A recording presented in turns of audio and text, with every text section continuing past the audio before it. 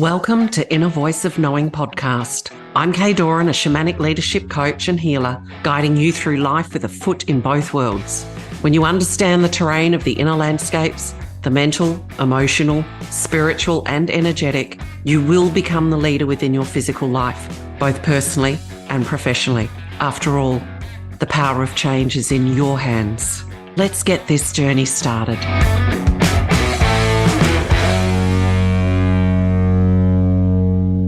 Welcome back, everyone, to Inner Voice of Knowing. I'm really thrilled to have John Whife with us today. I have known John for, maybe 27 plus years. My youngest boy is now 30, and I know that he was quite little when our families at the time crossed paths. John lives in Western Australia on beautiful land in Gidgegannup. And the reason that I wanted to introduce John to you all is because I, as a shaman, have an absolute passion for sound tools. And if someone said to me, out of all my sound tools, if I could only have one, it would be the first sound tool that I ever started with, and that is a shamanic drum. And I know the power of it. And we'll find out a little bit about John's story. But for now, John, welcome to Inner Voice of Knowing, and thank you so much for saying yes. Thank you, Kaye, for inviting me. And yes, I haven't done many podcasts, so it's sort of not something I do every day. And the opportunity to journey with you and speak, yes, yes is the answer, and I'm really looking forward to it. And yep. Just to your, it's actually, I would say it's pretty close to 30 years, because when I made my drum, and I'll go into that more. The first drum I made was after having a healing weekend with you that I attended, one of your sound. And I think about 4 or 5 months later, I went and made a drum with the man that you made a drum with. And the date I put on the inside of the hoop was 1996. Oh, chills. Oh, my goodness. So, yeah, it's coming. So my drum's nearly 30 years, and they're off. Well, obviously, I knew you before I made my drum, so we've known each other around about 30 years, I reckon. Wow. Yeah, and there was a big connection and then a disconnect, and we'll get to the story of the reconnection, because even that story in itself is really beautiful. The drum is so powerful, and you clearly felt it when you came and did my sesh 2-day healing course, which I never advertised. It was only if people just sort of asked. It was like, okay, they're the right people to bring. And back then I only would have had my first drum, my snake bite drum, each of my drums. And I think I'm about to come and make my 10th with you, John. Seriously, lady, you need some help there, I think. Seriously. Some of them are my personal healing drums that, as a shaman, I don't really share around a lot unless it feels like someone's in complete resonance with it, because as you'll also understand, I'm woven, my spirit is woven into these drums. And then it's like, well, I need drums for people to play when I do ceremony that don't have one, and they always fall in love and come to your beautiful land. And then grandchildren that need to be able to walk around and beat them, and one grandchild up in East Arnhem Land that's got one, and then another journey for me. But you clearly fell in love with the drum straight away, because you went and made a drum. What was it about the drum that called you? Yeah, it's a good question, because and I really want to honor beautiful Penny, my second wife. She booked me in. She knew you from before, and she booked me into that weekend, or else it probably wouldn't have happened. I'm an earth sign. I go, oh yeah, I just sort of do what spirit is in front of me. So she said, right, my friend Kaye, I think I'd met you before then, and did that beautiful weekend. Part of the session was being drummed. You drum the body, and the drum's very powerful. It's shifting and breaking up old energy and drawing new energy in. And it's very powerful, especially around the heart, because the heartbeat, we're in the womb of our mother. We spend 9 months in the womb, or 10 months, whatever. And there's this dum, dum, dum, the heart, and we live on Pachamama, this beautiful earth mother who has a heartbeat, and we really connect in. So the drum to me was, I suppose, it was like going home. Yeah. And I just had this resonance. Oh wow! When I felt you drumming me on the body, and then actually playing the drum, which I hadn't really done much before, but it just felt natural. It felt at home, and it just felt expansive. And as I'm an earth, so I'm a Virgo, and I just that real connection to the earth. I love walking around bare feet, and to me, the drum was it. I think it took me back through, obviously, in connected into other lifetimes as well. Yeah. American Indians, I've since over the years gone on to make and still make American Indian teepees. And, the connection to the drum and the connection to the teepee wasn't something that I consciously set out to do. It was something that was woven through spirit by just the unfolding of my journey. And you just felt the So, calling. drum, Yeah. yeah, Playing the drum. I encourage others that there's a moment where you let go and you actually let the drum play you because you, as you say, you get into your heart. So you get out of your head of the beat of whatever beat you've chosen, and suddenly you just let the drum play you. And it's like this beautiful heart dance and heart connection. And you've run, when was it that I first rang you and said, you need to do a drum making workshop? Because the guy that had initially helped me make my first drum and you did the process with, he was no longer doing it. And I had people that needed to make drums. And I'm sure being as direct as I am, it was pretty much, hey, you need to do this along those lines. But when was that? yeah. It was. Oh well, it was probably a year or something after I'd you know well, I'll tell you my recollection of it. So Yes, yeah, do. basically, after I'd done the course and I'd fell in love with the drum, and thanks to Penny again, she actually gifted me as a birthday present for me to go and make my drum with this man who was in our. So I live on the land. I live on 500 acres in Gidgegannup, sort of an hour out of Perth. And so I was sitting in the backyard in the suburbs of Perth, which felt a bit strange for me, weaving a Yeah, drum, but I just felt this instant connection to the making of the drum. And it was so powerful. And I forgot to bring lunch, and I just thought, right, I'm not eating anything through the day. Like, this is a ceremony that I'm not going to eat anything that was woven by spirit. I forgot my lunch. So it's like, this is very special. yeah, So I really dove into it. And anyway, it was got it home, and Penny said to me, she said, "Oh wow, I love that drum." She said, "I'd really like to have a drum as well." So it's coming up to, and that was at September, which was my birthday. It's coming up to Christmas, and I said, "Right, I'm going to organise a drum for Christmas for you." And it was her birthday is the day after Christmas, so uh-huh, 26th of December. So I rang this man, and he said, "Listen, I'm not actually doing it anymore. I'm a hairdresser by profession, by trade." And he said, I learned from this American Indian guy, and he said, I just decided that it's not my path, and I'm not actually making drums anymore. So he said, when you made yours was the last course that I've done. And he said that you had I just saw the connection you had, and you were really sort of switched on. And he said, so I've got a hoop here, and I've got a skin. I can send you up a hoop and a skin and give you, a few reminders, and you can make the drum for your for your wife. And I just went, okay, right, let's do that. And yeah, obviously you and I talked about that, and or however it unfolded, and then I got a phone call from you saying, hey, I've got 6 people that have just done my course, my weekend course, and they all want to make a drum, so how about it? Come yeah, on, you've just made one. Can you do this? And I went, oh my God. And it was a big process for me, because it's like, who am I? Who am I to make American Indian drums? I'm not American Indian. I don't really know. I've made two now, and am I meant to be doing this? Is this yeah, something that I should be doing? So I really had to delve in and really had to connect in about the authenticity of it. Of, am I meant to be doing this? Is it right for me? is it my calling? Through ceremony, is it my Yeah, calling? yeah, At the time, look, I grew up on a farm, and as a kid, I watched my dad kill sheep, and then yeah, when I got to a teenager, he taught me. So I killed, been killing sheep for years as for our own meat that we used, yeah, once a month we'd kill a sheep and put it in the freezer.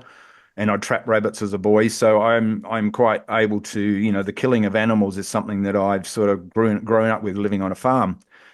But then I got to, in the start of my journey in my mid 30s, I had an awakening. I had, certain things happened, and I became vegetarian, and I Hmm. stopped eating meat. And therefore didn't really want to, I sort of took on the Buddhist perspective of do no harm to any person or animal or being.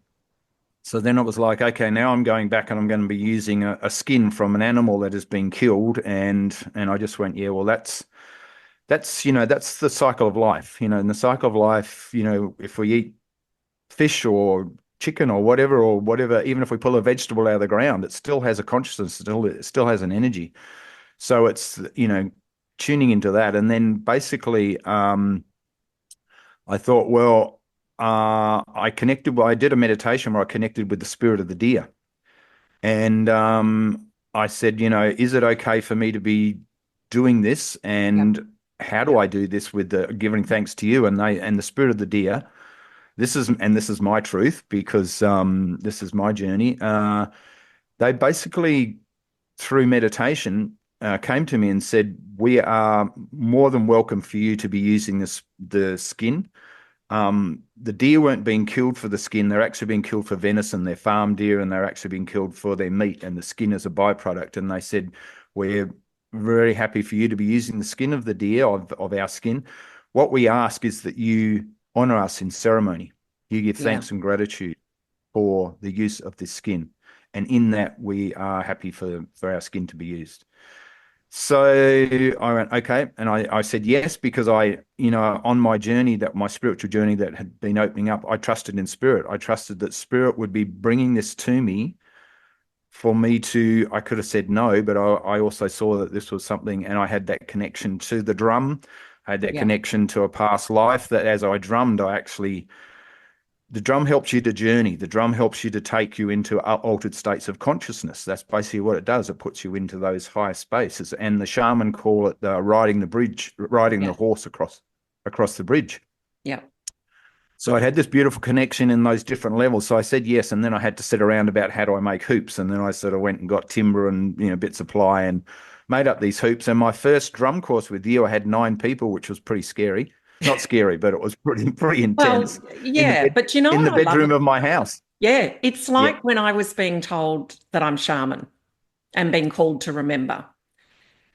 And you feel that really deep sense of responsibility. So I love that you took that reverent journey of asking those power questions like, is this really mine to do? Is this really my calling?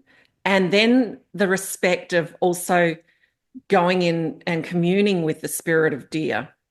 And for those that may not have been listening to my podcasts prior or might be a little bit newer to this, everything is energy, and everything that is energy has color, sound, number to it, and it's all communicating to us. So it's it's not woo-woo. It's actually whatever people call woo-woo or a bit out there or that's unusual. It's it's more real than what we believe to be real as human beings because it's energy. Yes. Yep. Yes, for sure. So it's And perfect sense and we that you're listening to that. Yeah, and as I've journeyed on my path, we are multidimensional beings. We live in this physical body in this now moment. We Yeah. have stuff that we're dealing through from childhood. We have stuff that we're connecting with our ancestral lines back through our mother and our father. Yeah. And we have stuff from past lives that are for there to heal, past lives that are medicine and wisdom from our past lives that we're bringing into this life. And we have been Indigenous people who've walked in different bodies in different cultures, and we bring that, to me, we're all bringing that together now and honoring and sharing those gifts to actually create a higher consciousness for us to step into in this crazy, crazy world that we're living in. And how And beautiful to take deer hide. Didn't mean to cut you off then, John, but how beautiful to take the deer hide that probably just would have sat around as excess. Do you know what I mean? That it's like the respect is of utilizing everything of the animal if it's going to give its life. then utilize every part that you can out of respect. Yes, and that goes back to the ancient ways, where you, in a tribal sense, where you lived in community, where you went out and before, like getting back to the American Indians, they would offer tobacco to Great Spirit and say, Yeah. please show me which animal it is that it will offer its spirit so we can be fed and be clothed. And they would use the whole animal. They would use the skin, they'd use the bones, Yeah. they would use the intestines. As we use artificial sinew now, but back in the Yeah. day and other lifetimes we would have been using the gut and Yeah. all those different things. So yeah, to me it's about really, whatever we do in our life is to really honor and to be fully present what it is that we're doing, Yeah. and how that then flows out and ripples out to other people. It affects, cause and effect. We live by our choices of life and how we flow from that. And to me, most things that I'd like to be fully present with and do with deep respect, because I Yeah. think one of the biggest things on my journey is to really honor and give thanks to this beautiful Earth Mother, and I think that's something that is lacking in our Western society. We just, going off the drum topic, but we went, It's oh, okay. I was actually, before I go to, we went to Peru, and that's a whole other story. But I just Yeah. want to add into the whole drum topic whilst we're on there Yeah. is with the deer skin. Yeah, I mean, deer skin is traditionally what you make American Indian drums with, and been using that for like probably the last 25 years, up to about 5 years ago, where you couldn't get deer skin anymore. Yeah. And so most of them are going overseas, and there's not a lot of deer farms, in Australia. It didn't sort of, the deer farm thing didn't happen. So I spoke to the fellow who I get the skins from in South Australia. It's a family-owned tannery, a really beautiful man, Tony. And he said, listen, I've got lots of kangaroo. And I'd played with kangaroo a little bit over the years, and generally it's a bit thinner than deer. And I sort of said, well, I'm a little bit wary of kangaroo because of the thickness of it. And deer has a nice thickness. It's got a nice deep resonance. And he said, I'll tell you what I'll do. I'll do up a special batch for you. I'll do up some thick kangaroo, and I'll send you over some batches of thick kangaroo. And I said, okay. So from about 5 years ago, we're actually using mostly kangaroo. I do get a little bit of deer every now and again, but the kangaroo is really beautiful, and it's a Yeah. nice thick skin that I get sent over. Basically, the kangaroo is of this land, where deer is not of from Australia. It's something, it's traditionally in Yeah. in in America or the Americas.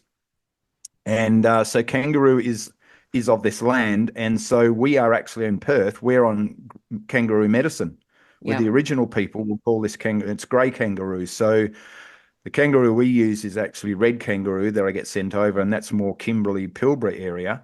And then if you go further down to Albany and Esperance, it's emu medicine. So it's really beautiful to use the kangaroo because it is the medicine of this land. So I don't actually call my drums now American Indian drums. I just call them medicine drums, Yeah. which is what Beautiful. I really love, because they are a medicine drum, and we're putting our medicine into them, as well as the synergy and the energy of the kangaroo as well. So there's a whole blend that the drum incorporates. So when we drum, it's actually, we're Yeah. infusing our energy into that wet skin when we bind it. And so it's actually a part of us as we drum that. And to me, Well, the that's really, kangaroo moves and it's like it's drumming Mother Earth. And it I drums just want to exactly. share It drums something the with air. you. I've Yeah. had so many profound experiences, so many out on your land making drums. But the one that I just feel like to share is um, I think it was about a year ago. Gosh, maybe I'd need to check the date of the drums. I've made so many, maybe a bit longer.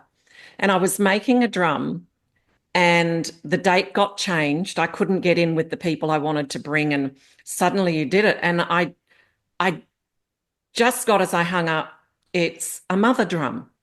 I'm like, okay.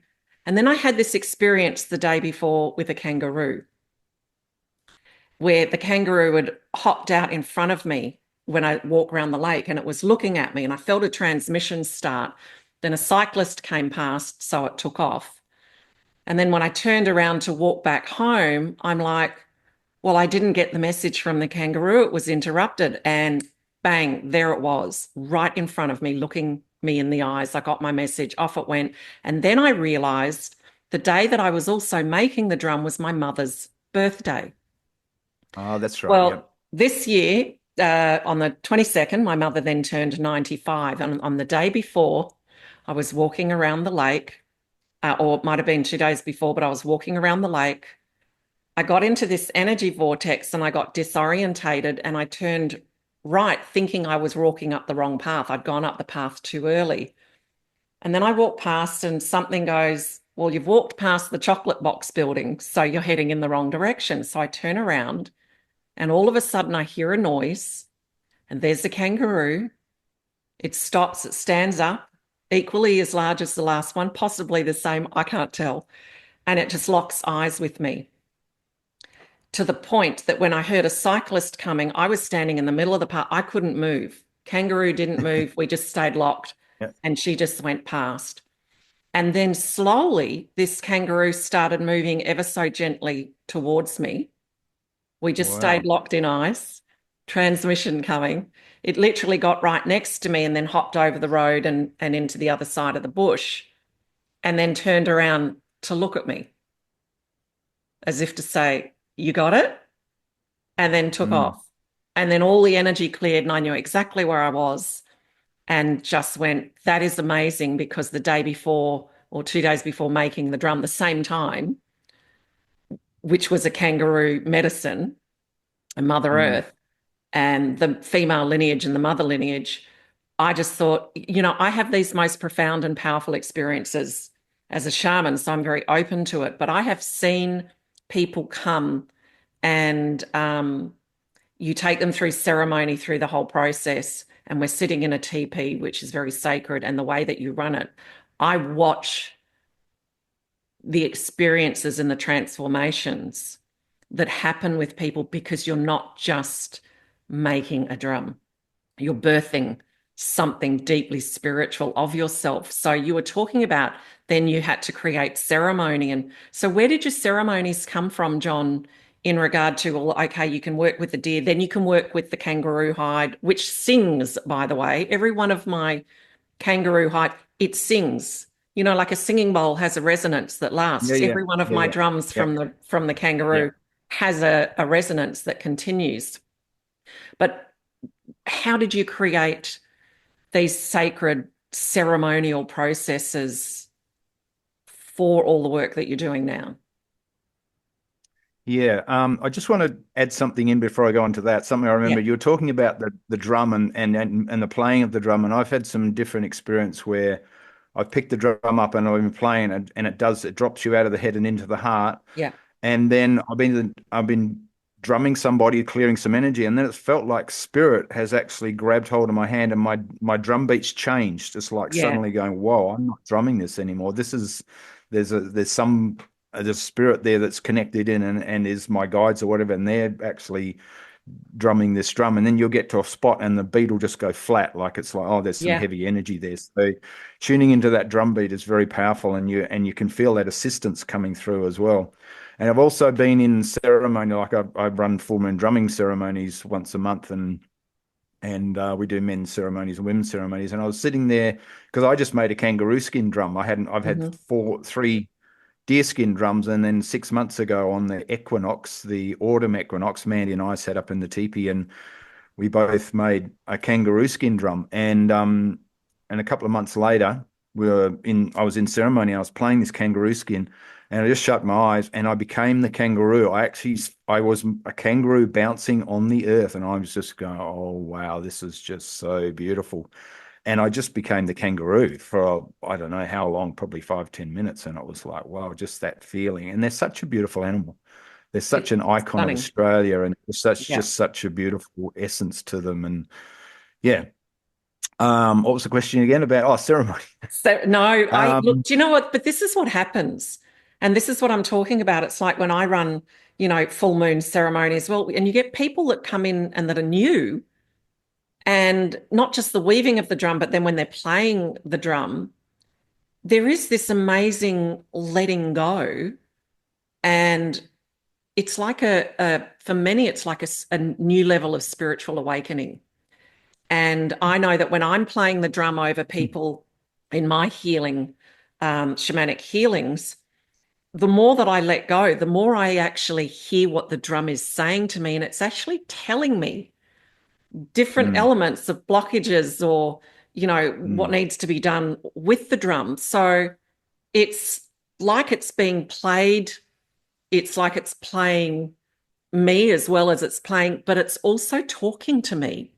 And I know that when yeah. I've had students and they go, okay, and the more that they get letting go, they're like, I felt like it was singing this song to me. I felt like it was telling me what was happening in different parts of the body.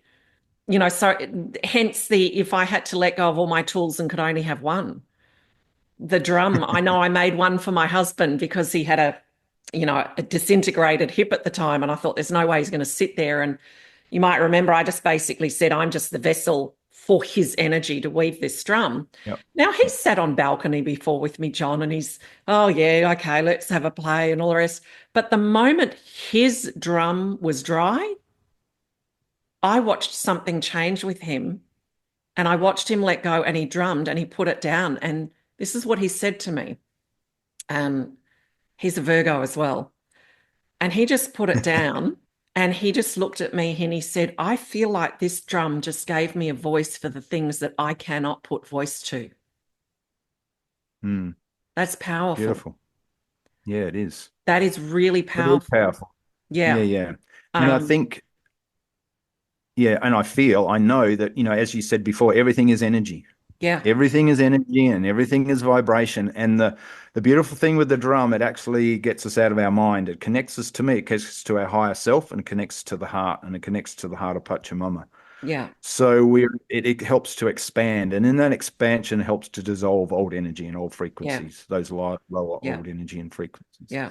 So yeah, the drum ceremony is, as you said, it's not just a making of a drum. There's a lot woven in through the whole day, and we live in this world where we can go and buy a drum just off a shelf and go, oh, here, I've got a drum. And when you Yeah. make your own, you've got the hoops and you've got the skins and you decorate, and people go through this process and you can see the drums working already before it's Yeah. made. The medicine, the drum, people are, oh my God, I don't know if I can do this, and oh, this has come up. And so it's just breathe. We open ceremony, we open to the directions, to the seven directions, to the elements. We create a Yeah. container that holds people. And then when we go and have lunch and morning tea, we come back, we smudge people, so we get them to drop Yeah. in this container. We get them to say, hey, we've got to be very mindful. We're birthing drums. We only want the conversation to be involved in our process or Yeah. related to that. Yeah. So it's very mindful. It's a very powerful ceremony because of we are birthing drums, and the energy that we're putting into these drums wants to be really from the heart, not from too much from the head. Obviously, the head's a big part of the process because I've got to put that through this hole and I've got to Yeah. do that. And I just keep reminding people to just breathe into the heart and remember to be fully present. So, and then people, it's a very powerful day of ceremony, and people get to go home with a drum that will basically journey with them for the rest of their life. It's a friend. Oh, yeah. It's a very powerful shamanic tool that is a friend.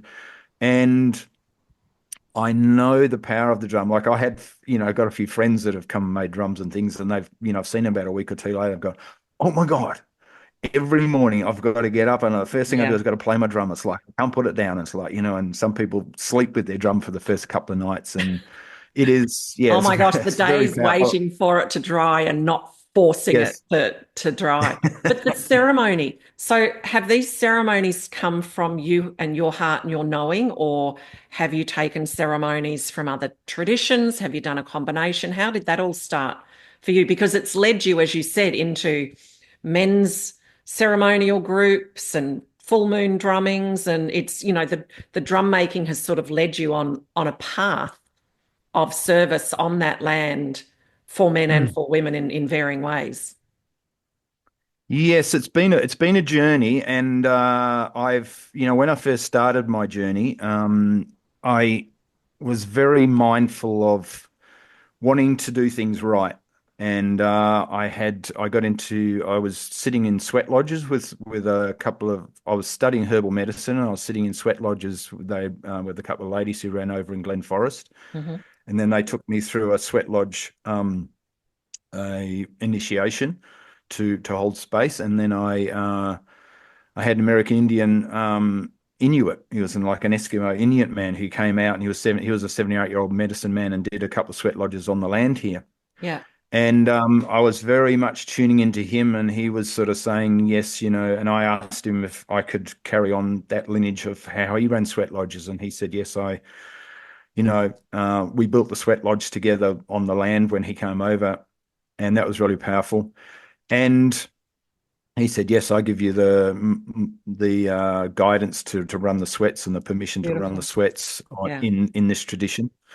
And then I had another man came over, and he was going to run sweats somewhere else, but didn't happen, and came and ran mine. And most sweats that I'd done, all sweats that I'd done, you'd enter from the direction from the east. The doorway faces the east, Yeah. which is what the teepee does, which is a place of the rising sun. So it's a place of new beginnings. And this man, when he came over, he was from, well, I can't remember, somewhere in America, the clan of the buffalo, the grizzly bear, sorry. And their doorway was in the north. And that sort of was like, whoa, what's going on here? And I sort of tuned in and asked him, and he said, well, it's up to the clan. That clan, that's the way that they do that. And Yeah. and after talking to quite a few people, realizing that, and in the Celtic tradition, they would honor their directions and their elements in different ways, and they're in the northern hemisphere. Same with the Americas. So we're in the southern hemisphere. So basically, what I tuned into and worked out is that there's no exactly right way, depend on what tribe you're from. Even if you're in America, you'll go to one tribe to the other, and they'll do it Yeah. differently. So it's really about tuning into what is right for you, and making sure your intention, what you're doing it for, and making sure that you do honor the directions and what feels right for you. So I sort of tuned into what was right for me on the land here, and honoring the different elements, and taking bits from different people and what I'd heard and what I gathered, and then also realizing that I am in the southern hemisphere, Yeah. not in the northern hemisphere. So it is different. I don't want to be using, things that they do there, which doesn't really suit here. I wanted to tune into what was right for me on this land, and that could be Yeah. different for somebody down in the ocean. Um, so for me, the sun rises in the east, and that's where I have my doorway from a teepee, and the east is the wind and the sun. And then the sun, for me, up on the land, the sun sets in the west in the earth. If you're down on the coast, it sets in the water. So Yeah. Mandy and I have a little bit of a different weave when we do directions, because she spent a lot of time on the water. So, and then it's really, just making sure that you create that container that is held. You call in spirit. You can create a container, and Yeah. you open that space, and you allow people to announce their names. And then at the end, you ask any old energy to be let go of, and then you close the circle. Yeah. So it's a very powerful process, and to me, it's important that you do that in ceremony, because it is allowing people to drop, and allowing people to feel safe.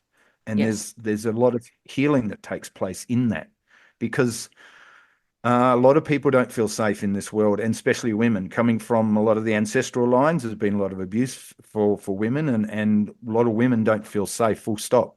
Yeah. And so it's really powerful when you allow and create that space with deep intention. Yeah. And also, Beautiful. another part of my ceremonial tradition, I learnt before I made my drum. One of my early parts of, I'd probably been journeying for about a year. I was at the Conscious Living Expo, and I just read about a month before in a book somewhere about the Agnihotra sunset and sunrise Yes. fire, ancient Agnihotra fire. And it's a Vedic fire, and I'd read about it, and then I went to the Conscious Living Expo, and I saw this couple from Lee and Fritz from New South Wales walk up on stage with the fire, and I went, "Oh my God, that's what I just read about, and I've got to have." And they were selling the kit, so I bought a kit, My and one children of the still main remember that. ingredients, yeah, Yeah. one of the main ingredients is cow manure, and I live on a farm where there's lots of cow manure, so My children and it's still such a remember being beautiful. asked to eat some of that after the ceremony. Yep. You want me to do what? You want me to eat burnt cow manure? But it's actually ash. It's pure energy. It's pure vibration. Yeah. So I dove into this Vedic Agnihotra fire, where you get up at sunrise, and in summer that's like 4:30, and you do it at sunset, and you light this fire like 3 minutes before, and exactly at the point of sunset or sunrise. And as we know, everybody knows this, the sun doesn't rise and the sun doesn't set. It's actually the earth spinning Yeah. towards the sun, and in the afternoon it's spinning away from the sun. So it's actually the earth dancing with the sun. Yeah. And in those moments, as you can say, in the morning when the earth turns and those rays hit the planet at certain points, there's a tremendous vortex of energy and electricity and ether, and so you have a firelight of that, and you say this mantra, and it purifies and cleanses they say, for about a kilometer radius of about a kilometer or more, and draws this very high frequency energy down into the pyramid and anchors it into the earth where you're sitting. Yeah. And so it burns up any old energy, old frequency. So, and again, it's Indian.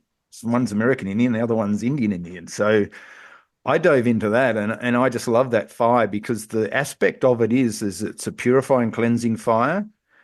It's ceremony, which I love. You're doing the ceremony, you're connecting with that fire, and it makes me stop and sit and meditate, because I'm one of these people on the farm that would go, oh yeah, I'll meditate tomorrow. I haven't got time, There's or always I'll, something to just something. do.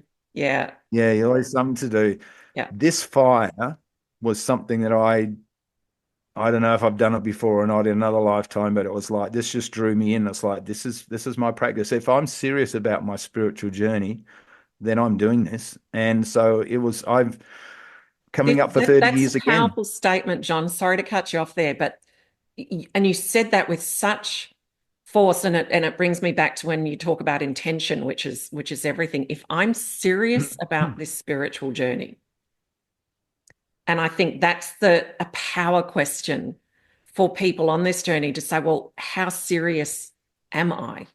What am I willing to apply?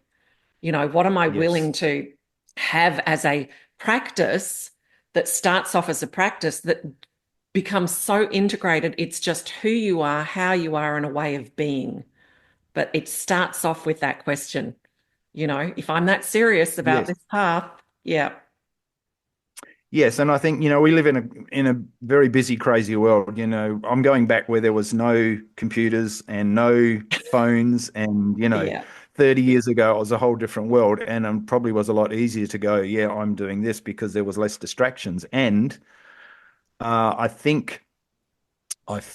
know that if we do really want to honor our journey on that spiritual side, we are physical beings, a spirit in a physical body, and we're forever nourishing this physical body. We're eating food, we're sleeping, we're brushing our teeth, we're washing our, showering and doing all that. We do lots of things to honor the physical body, yeah, but how much do we do to honor the spirit in yeah, the physical body? You yeah, know, and that's that union of heaven and earth. We are the union of heaven and earth together.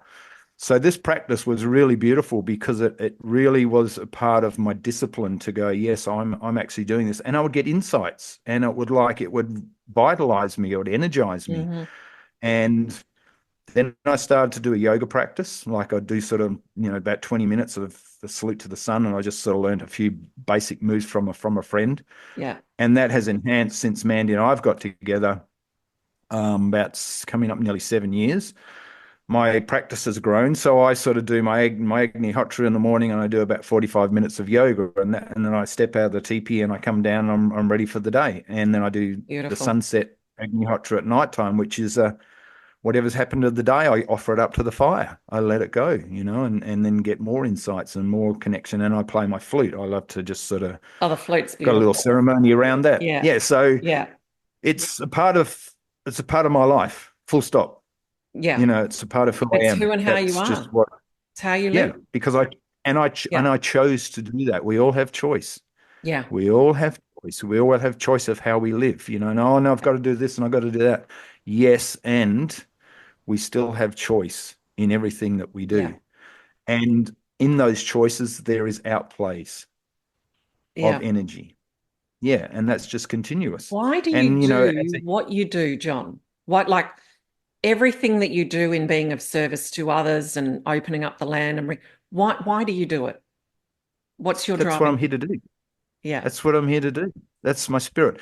I In my mid 30s when I had an awakening, and I looked at my life and I just went, you know what? I don't want to get to 60, which I'm now 65. So that Yeah. was a few years back, and go, oh my God, I've done a job that I didn't really want to do. I've done things that I've done because my family or my friends or other people think I should be doing, and Yeah. I've done things because society thought I should be doing this, or I've done things just because of the money. I just went, no, I'm actually making a choice here. Making us, I'm stepping into this path, and I don't know what's going to happen. I don't know what's going to unfold. Stepping into the And, unknown. and I had times when I first moved back to the land on the farm here, and I had like a couple of cans of baked beans in the fridge and or in the cupboard, and it's like, and then I started to roll smudge sticks, and then um I started to sell cow poo because people knew I was doing the egg hot to fire.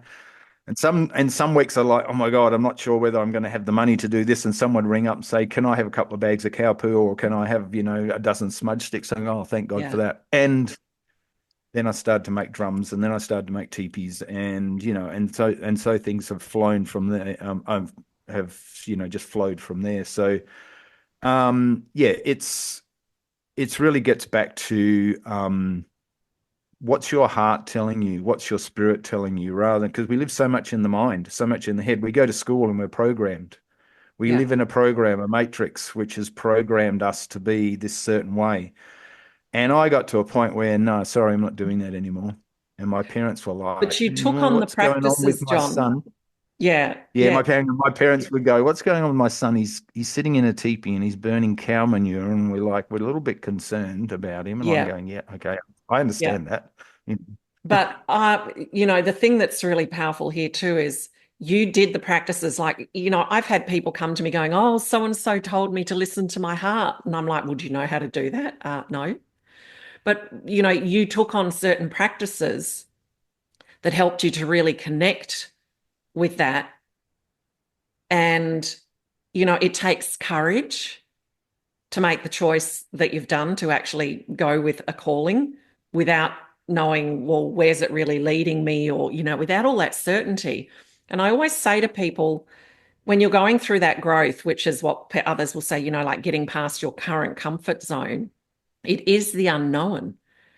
And we need to be guided by what I talk about, the inner voice of knowing, and go with the courage, because the certainty comes with the journey. You don't start with certainty. You start with that courage Yeah. and that calling. And the certainty comes from taking that journey sort of on the other side, you know? Yeah, and as you would know, Kay, because you've done this. You've stepped into this very much, as I say, before I met you, we've probably been on this journey roughly about the same time. Probably you're a bit before me, but it's like you have this calling, you have this knowing, and it's stepping out of the matrix, out of the mind to a certain just de degree, and then trusting and surrendering in yourself, in your Mm-hmm. inner guidance, and in the guidance of spirit. And you just keep trusting and surrendering, and you take the next step. And then the next step appears, and then you take the next step, and then keep Yeah. taking the next. And so much magic and so much beauty appears because as humans, and this is a part of our programming from school and from society, is that we want to be in control. Oh, yes, we've got to have the car and we've got to have the house and we've got to have everything, because this is what we've been programmed to do. Yeah. We're programmed that this is what life is. And then when you throw that book away and go, no, no, I don't want to do that anymore. I've tried that. I've done school and it didn't really resonate with me. And I've done a few jobs and that didn't really feel, I'm not driven by money. I'm not, Yeah. that's my biggest thing. I'm driven by this beautiful earth, by the trees and the birds, and like, yeah. And that's to me, if I passed away tomorrow, I'm a happy man because I've lived my life fully to what I've wanted to do. I followed my journey, Your sole and I've got so purpose. much more to do. Oh yeah, Yeah. this is what I'm here to do. I'm here to open this earth up that I live on, this beautiful land, and allow people to come to it, to connect to Pachamama in ceremony. That's what part of what Yeah. I'm here to do, is to Yeah. and allow them to connect to drums and allow them to connect to themselves. in Yeah. ceremony, which is what we've done for eons as humans. We've And the connected soul back in calling, I ceremony. really want to say this for others is, like this is our calling. This is why we came. Do you know what I mean? At the age of 5, I knew I came for a purpose. I didn't know what that was at the age of 5, but I knew. But someone's purpose and soul calling might be to have a particular job, maybe just not the job that they've got. So it's different for everybody, and this is why it's so powerful to go through ceremony and have these practices that become integrated, so each individual can heal what their soul is Mm, calling them and the path to take. So it doesn't mean yeah, we all end up on land. I mean, I was on land for many years and now I'm not. Now I'm in a townhouse, but I've got certainly a lot of land around me. My ravens come and feed from me. I've had owls coming and visiting, and kookaburra that used to come every day. So yeah, I'm in a spot where I'm near the ocean. I've got bush over the yeah. road. I can walk around the lake, and um, but the soul calls us, and it's not to bring judgment to what that calling is. Which brings me to the question, John, what is your inner voice of knowing for you? What is my inner voice of knowing for me? Yeah. What exactly do you mean by that question? What Well, is, how has it guided you? How do you hear, feel, know, sense it? Because I don't talk about an intuition. People talk yeah, about and it sounds airy fairy, and they go, "Oh, it's a whisper," and you and I would know that as you dial into it, it's a loud voice, and not always a voice inside that you hear say. For me, sometimes it is, and sometimes it's like, "Kaye, stop, go this direction." But other times yeah, it's the animals and different things, but it's always that deep knowing yeah, that God, yeah, source, and myself are talking to me in that yeah, moment. I hear you. And I think it's different for everybody. We all Yeah. have, very much look into the Mayan calendar and human design, and we have human designs. We have different, astrology makeup. So we are wired different. Everyone's wired different. Men are wired different from women, full Yes. stop. That's a whole other different area as well. And I really feel that, a lot of the times I get just a knowing within my body. I Yeah. get a, I get a yes, but then and I feel it. Like as I say, I very much feel things, and I very much do things with my hands. So it's very much just a knowing within my body that Yeah. I've got to do this, and very much I trust in spirit, that spirit's going to give me a sign, or something's going to come to me, and I'm going to go, yes, that resonates, that feels good. And sometimes I just get a no, and I was just like, it's just a full no. So Yeah. and sometimes it'll just go, I'm not sure, I don't know, and I'll just sit with things. Yeah. I'm an earth sign, so Mandy's a fire sign. So she's very much like, she's a Leo sun, Leo moon, so she'll just go, and I'm going, oh, where are we? What's going on? And I'll just I tend to just sit and process differently Feel to your way what she, through it. Yeah. yeah, where she's very much, she's very much more um, activated in more of the astrological, more of the cosmic sort of Hmm. dynamic. I think she gets a lot of messages and visions through, which I Yeah. do at certain times. As I say, I get messages and visits through when I'm doing ceremony, when I'm doing my sunset and Agnihotra, when I'm doing my yoga. I'll be sitting there and all of a sudden I go, okay. Because I think the important thing is that we need to, the practice, like a daily practice of some Yeah. sort, yoga or Qigong or Agnihotra, allows us to drop and be with ourselves. We've Yeah. got to give ourselves time and space for those messages and for that tune to come in. If we're constantly busy and doing this and the mind's constantly doing that and all that, and spirit's going, hello, Yeah. Or knock, knock, headphones. hear me. Yeah, When I can do you my hear me? I'm hours trying to power talk to walk you. around the Yeah, lake, and all the yeah, sounds and the messages and the vibes that I get from the natural world. And then I'm watching everyone running and cycling and walking with their ears plugged yeah. into, and there's Exactly, times for yeah. podcasts and all the rest of it. But when are we Oh, definitely. creating time to just be and listen? And open ourselves up to spirit, Yeah. to hear those messages, to Yeah. feel what's actually there. So that's one of the most important thing that, Mandy and I, when Mandy does wholesome courses for women, and I did a men's 6-week men's course back a few months ago. Yeah. And one of the main things that we say to the people that we connect in with is a daily practice of some Mm. sort, or allow yourself some time to actually be Yeah. with your physical body and with your spirit, that actually nourishes and nurtures you, like only you can give to you, Yeah. in certain ways. Other people outside us can do things and things for us, and but only really us can actually really give to us in that way, where we're fully connecting to our spirit and fully nurturing and honoring ourselves, where we go, and then when we give to ourselves, then we can open up and give more to our beloveds or our ones around us as well. We've got to make sure, Yeah. and it's not being selfish, it's being self-full. Yeah. It's being full of self, making sure that we fill ourselves up and take time to nourish ourselves, and then And then allow when you're ourselves giving to to open. others, you're actually coming from a deepened, authentic space of love with nothing Yes, to gain because you're full. yes, Yeah. because you're full, because you're Because you're full. loving you. Yeah. Yeah, you've given that to yourself. Yeah. And that's been one of my greatest experiences as well. And I've had that message of, like, you're trying to connect to that feminine energy outside of yourself. You're wanting that outside there.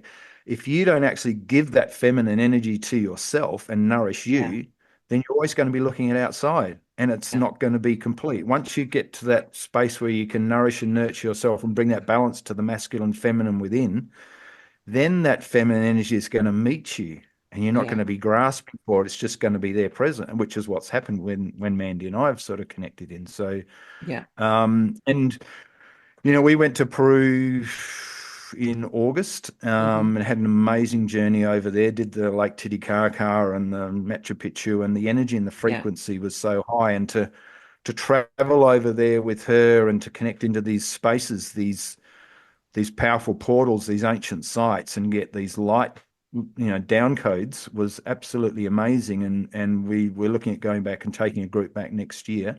Powerful. And to share those was really beautiful. And I think it's once again creating that time and space for allowing ourselves to do that, and not just on a physical level, but opening ourselves up to on other levels, which you just did your Camino trip a while I back, and did. that would have been amazing as well, to open Yeah. yourself up to.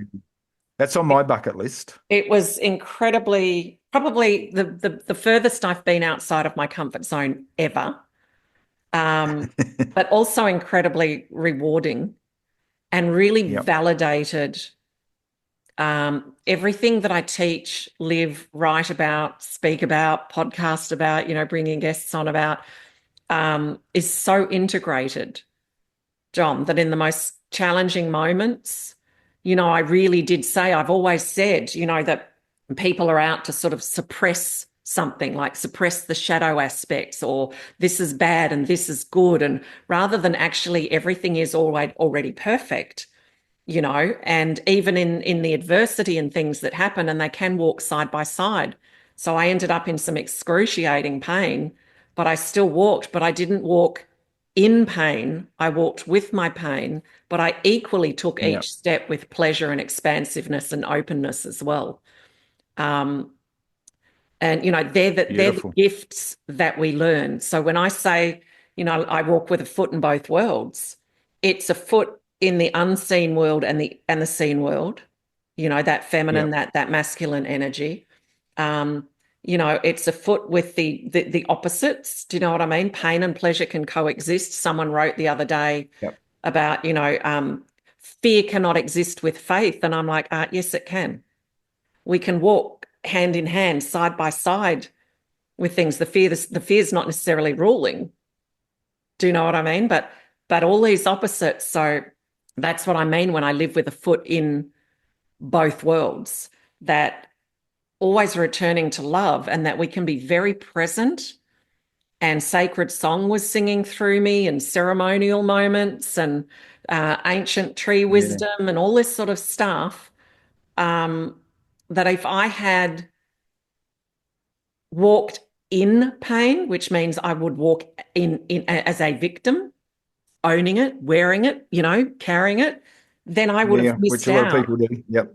on Yep, for everything. sure. So, I mean, we could do a separate podcast on the powers of Camino and where you went, but I really want to share something that has been a theme for me listening to this whole podcast journey. And this is why I don't like to plan out questions, and I like to see, where the conversational journey goes, how the energy likes to play. And the thing is, and this was said to me by someone standing in a queue waiting to get into the pilgrims ceremony in the church. Not that I'm religious, but it was, it's a powerful finish. And we ended up in this massive queue. We didn't end up getting in, but this couple before us, and she was a pastor in a men's prison in America, and he was an actor who would go into the prisons and they'd put on, Macbeth plays and things. But having this Yep. powerful, incredible conversation, and I went to say, well, we didn't get in because, and he went, it was a divine appointment. And I'm like, oh my God, I love that. And all I've heard throughout, to me, it sounds better than, oh, it was divine timing. It was a divine appointment. It was a divine appointment that Penny brought you to my land at that time. And, you played the drum. It was a divine appointment that that man then at that time is like still available. But hey, I can give you a hide and you can do this. Like all these divine appointments, and you and Mandy meeting, and, when you and Penny met, and everything is this beautiful divine appointment. And if we know that that divine appointment is already scheduled in because it's in the divine calendar, we just need to keep, as you say, tuning in, listening, going without understanding why. Why do I have to go in this direction? How is this going to happen? And I've just have received through your whole story all these divine appointments that have connected, and then it makes sense later on, and you direct it and it's connected, and then it makes sense later on, and it just weaves the most divine tapestry of your life. Yes, very well put. I feel that it's, as I said before, it's a trusting and surrendering, and as you Yeah. do that, then spirit will meet you. And a lot of times, I think we're wanting things to happen. From my perspective, is like spirit's waiting for us to step up and take the first step, and spirit's going, okay, he's now doing the Agnihotra fire, or he's now said yes to this. Then we'll meet and support that, rather Yeah. than sitting back going, okay, spirit, will you please organize everything? It's like Yeah. as humans, as spirit in this physical bodies, it's actually us to be open to the guidance and all that, and then take action. We've actually got to step into it. We've actually Yeah. got to do it as well, not just go, oh, it's just going to happen. It's actually us having the courage to go, I'm stepping into this.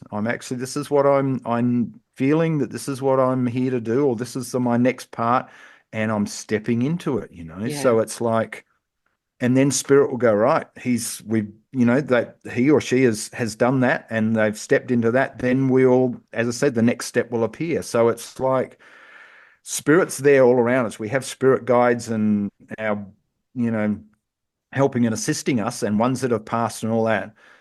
And we also have free will. They're not going to just come in and create our life for us or anything like that. They're here to assist and help us. And we have to ask, we have to be present. We have to, as I said, make space and make time for spirit to connect in with us and Yeah. show us, and to to be there to support us, to journey with us together, and that's Yeah. all part of it, because we are spirit. And it's a very powerful journey when we open up to that. And one of the things I loved about Peru, talking about energy, is that the Quero shaman, and we sat in a couple of ceremonies over there. The Quero shaman, the very amazing, um, energy beings that they are, living in that very high altitude, Yeah. high frequency. They don't see energy as bad energy or good energy. Mm-hmm. There's no such thing. Yeah. Um, they see it as heavy energy or Yes. dense energy or old energy, and they see it as light energy or high frequency. So the heavy energy is hucha, Mm-hmm. Hucha. And what you do is you breathe that heavy energy. You have a bubble of energy around you, which we would say is our auric field. Yeah. And they say it, and especially at high frequency places, or near rivers or place like that, that you breathe your heavy energy and you give that energy to Pachamama. Yeah. So it's giving and receiving. You give that heavy energy to Pachamama. It's a bit like compost. You take whatever we use. If you want to grow anything in a garden, you have compost, which is what? Manure. It's old. From the old is where we plant the seed of new beginnings. So you give that energy to Pachamama. Yeah. And then once you've given it that, you take your energy up to your awareness up to Father Sun, and you draw the light down into your bubble of energy, that high frequency, which is called Sami. So you Beautiful. give, and you can do this how many times a day you want to. You give your heavy energy, you feed that to Pachamama. Say, here, Pachamama, I love you. Please take this heavy energy. Then you open yourself up to the higher frequency, and draw that energy in of the light. And Yeah. it's masculine, feminine again, Yeah. feminine of the mother, Yeah. the masculine energy of Father Sun. Yeah. You're drawing those in, and you're creating a new energetic, refreshing your energy, your bubble, your auric field. I So that love was that, one of the John. beautiful practices we picked up over in Peru. Yeah. Yeah. Beautiful. I've said for a very long time, um, that shit will either stink up a place or fertilize the garden. And that's a beautiful energetic practice to let it become that compost to fertilize our spirits, our energies, our bodies, and our lives. So thank you for sharing that. I'm very aligned with that shaman where I don't see things as a positive, negative. You know, something Yeah. might be vibrating at a denser rate. And yeah, gosh, you've shared Yeah, so I think in much. Western society, we're very much in the mind and right and wrong, good, bad, Good, bad. and Yeah. just got to let go of that and let go of judgment and bring in discernment rather than judgment. So it's very much Yes. how it's all, as I say, all energy, all frequency, and how we look and perceive, all around perception And and everything's so on. So existing for us. It's those lenses yes, that we wear that taint our ability to perceive something deeper. And then those power questions and creating that time to, well, how is this serving me? But we yes. get so busy projecting blame or judgment, everything externally. But I could talk to you for hours and hours, John. There's so much wisdom that you have. You've been on this earth long enough doing this journey to be a wisdom carrier, because you're walking this path authentically. As I would say, I would call you the true initiate. It's not about the books that Thank you have you. on the bookshelf. It's not about the right words that you say. It's about how you've been living and breathing and applying. And I really honor you for that because it is the less frequently walked path, but becoming more frequently walked, if you'd like to say. And it does take a certain courage and stepping out of what's expected and tapping into that calling. And I'm really looking forward to coming in again. It feels a bit like, oh my God, this has to be my last drum. I've not got any more room. There's one more I'll hook. see you. I'll Um, see you in about a week or two with, yeah, the next one. yeah, And and and I love having you in the space because you're, when I tell this people in the course, you're the one that actually birthed me into the drum making, and I really honor and appreciate you, and I really honor and appreciate your journey and how you've woven into my life and the wisdom that you gave me at certain times, and we hadn't seen each other for quite a while, and we've sort of reconnected back in again, and it's been beautiful, and I as I say, my journey has so much beauty and just magic woven throughout all of it. And that's from looking back and go, oh wow. And at the time, a lot of the time you don't know what's actually unfolding. It's like that unknown, yeah, or how is this, what's actually happening here? And you go, oh my God, this has happened. And then you look back and go, yeah, and if that didn't happen, then this wouldn't happen and that wouldn't happen. Because we might see that as bad or something wrong. But then when we look back and go, oh, that was perfect because that actually was a catalyst for that. And I have to then, share how we yeah, reconnected, right? okay. So my husband loves to sit in the healing room. The energy, visually beautiful, it's incredibly eclectic. And because I'm so eclectic. And Yeah. he loves to sit in there and he reads off his iPad and stuff. And he got up and I'd had a client. This is why now I hang my drums up on the walls. This is why, people. So if you're making a Have you got drum, enough walls? Not after this, they're everywhere. I used to have a vision of a room that was filled with drums. I didn't realize it was mine way back when, Yeah, right. like when I was in my Yeah, late yeah. 20s. I now walk into my healing room going, that was my room. It's this room. Um, but I had the drum just down on the chaise lounge, and my husband got up and dropped his iPad, and it bounced, and the corner of it cut the drum, um, Oh, that's right. which also then releases part of my spirit. There are so many stories we could talk about drums, but it was one of those moments where I came in, and this was my Jaguar woman drum, and my first husband had painted my totem on this drum, and there's a whole powerful experience even with that of all the animals integrate into me. That's another story, Yeah, but yeah, yeah. um, I came in and he felt sick. He looked white, and he was waiting for me to get really angry, and I wanted to be angry, but I also Yeah, knew I that can imagine. he did not mean to do this. He's like, Yeah. it's okay, we'll fix it, we'll fix it. And I'm thinking, I don't think we can fix this, honey. And then he's like, okay, I've rung up this African guy at the markets and we took it in. And the guy just looked at it and said, I can't, no, you can't fix this. And then I was looking for someone to do a workshop with, and some woman was coming and going to hire a hall. And I'm just sitting there and I'm like, God, no, I can't make a drum like that.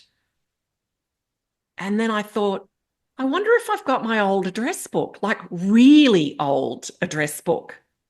And I went through the cupboard and there it was. And I went to W for John Whife. And I'm like, oh, everyone has a mobile. Surely he's not going to have his landline. No one has a landline anymore, but just try it. And I called your number and you're like, hello. And I'm like, John, it's Kaye Doran, who was Kaye Simpson. You know, like, I was just talking to my partner about you just then and how you got me started in drum making. Like how Yeah. wildly, divine appointment, John. Do you know what Yeah, I divine mean? Did appointment. my Exactly. drum, Yeah. you said bring the drum and we put some hide behind it. So it just hangs as beautiful work. Every now and again I can just tap it with my hands, but I can't. I don't want to ruin Yeah, it. yeah. And Yeah. it, Yeah. but did that happen because we needed to reconnect? And the drum wasn't completely damaged. There was a cut in it, which I can hardly notice because you said no, we'll glue some hide on the underneath of it, and you just can't literally play it the way I Yeah. would play it in a healing.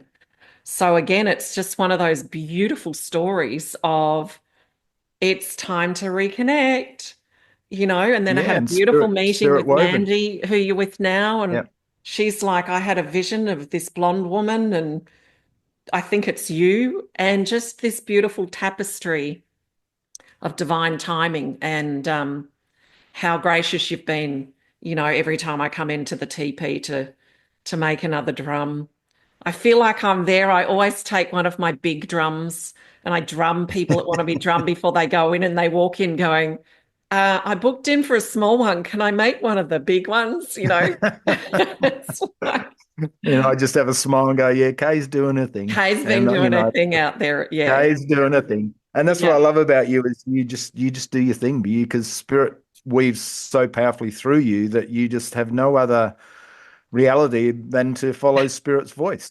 And that's just it. That's just who you are. And you've always been like that ever since I know you. As Kay's Kay, and that's who she is. And that's she's authentically walking her path. And that's what I love about you is you're just this beautiful example of a human being, a woman who's actually fully empowered and fully walking your path. So yeah, it's been you've been such a beautiful weave through my journey Thank you, for John. sure. Well, I look forward to sitting with you in a few weeks. Thank you so much for taking the time to share some of your wisdom and to share an absolute love, um, of mine, which is the drum. I think my first drum was Drum. Yep. 1986 or something crazy like that. Because I know that you have a whole lot more within you that you could just sit and share with everybody for hours on end. And thank you for being of service to humanity in the way that you are. And I will put details when this episode comes out for anyone that's living in Western Australia. But I can also say the experience of drum making, if you live anywhere else within Australia, God, if you live overseas and you want to come and sit on sacred, Aussie land in a teepee in true authenticity, it really is worth the journey. So if you're not here, come and have a holiday in WA and make part of that holiday a drum making or an experience with John on the sacred land there, because it's something really special. And what you and what Mandy are doing, I'm going to have Mandy on as well, is Yeah. just Yep. beautiful to see. And maybe later on I'd like the two of you on together, because it's not every couple that can live and work together in that harmonious way. And I'm sure as human beings you have challenges as well, because we're all going to have challenges. But that would be a beautiful story of how you do that and how you navigate that for people that might be finding themselves Yeah. in that life as well. Thank you, Kay. You're a love. Thank you for that. And yes, Mandy and I are in a really good space. We've, like in relating ships, as we journey and navigate and communicate the ships that we relate to, we've had our moments and our challenges, and we've moved through a lot of stuff, and we're in a really nice space where we've sort of dropped a lot of That's the compost. relationship journey, though, isn't it, Don? Do you know what I Yeah. mean? It really Yeah. is the relationship Yeah. journey. And And that's why I'd like to have you both back on, because I see a lot of people spiritually in particular are looking for some utopia kind of relationship. And when the challenges come, thinking it's not right anymore, but the challenges come to help us grow into beyond our yeah, illusory and stories of what it is supposed to be like. exactly. And we all, as humans, we're always going to be moving through something as humans on this planet, in these Yeah, physical bodies. And a lot of it's to do with our childhood, a little boy or yeah, a little girl, and not being heard and not being met and not yeah. being loved. And then that comes out in relationship, and that's Mandy's forte. And so we've really dropped into a beautiful space in that, and Yeah, we sort of call each other on it, and we sit and talk, and we yeah, hold space for each other. We have a talking stick which we can go into when we're together, and we pass that back and forwards and yeah, allow each other to share. So yeah, there's been some pretty wild, crazy moments and weaves, and like, who are you? And and that's all part of the journey. And I love it. I love it to. I was going to say, I love language, and I was going to say I love it to bits, and I've changed that. I love it to wholeness. I love it yeah. to the beautiful goddess that she is. So Beautiful. yeah, that would be beautiful for you to have her on. She has so much to share, Yeah. and to come on later with her would be magic. And thank you for all that you gift and offer community and people, your wisdom and your love and all that you share and help and hold space for people and help people to heal. Much Thank you, gratitude for John. all that and what Mwah. you gift to humanity. Mwah. Yeah. Join me on my next episode. And if you love this podcast, please subscribe by clicking on the plus button if you're on Apple, or like and follow on Spotify. Rate and review.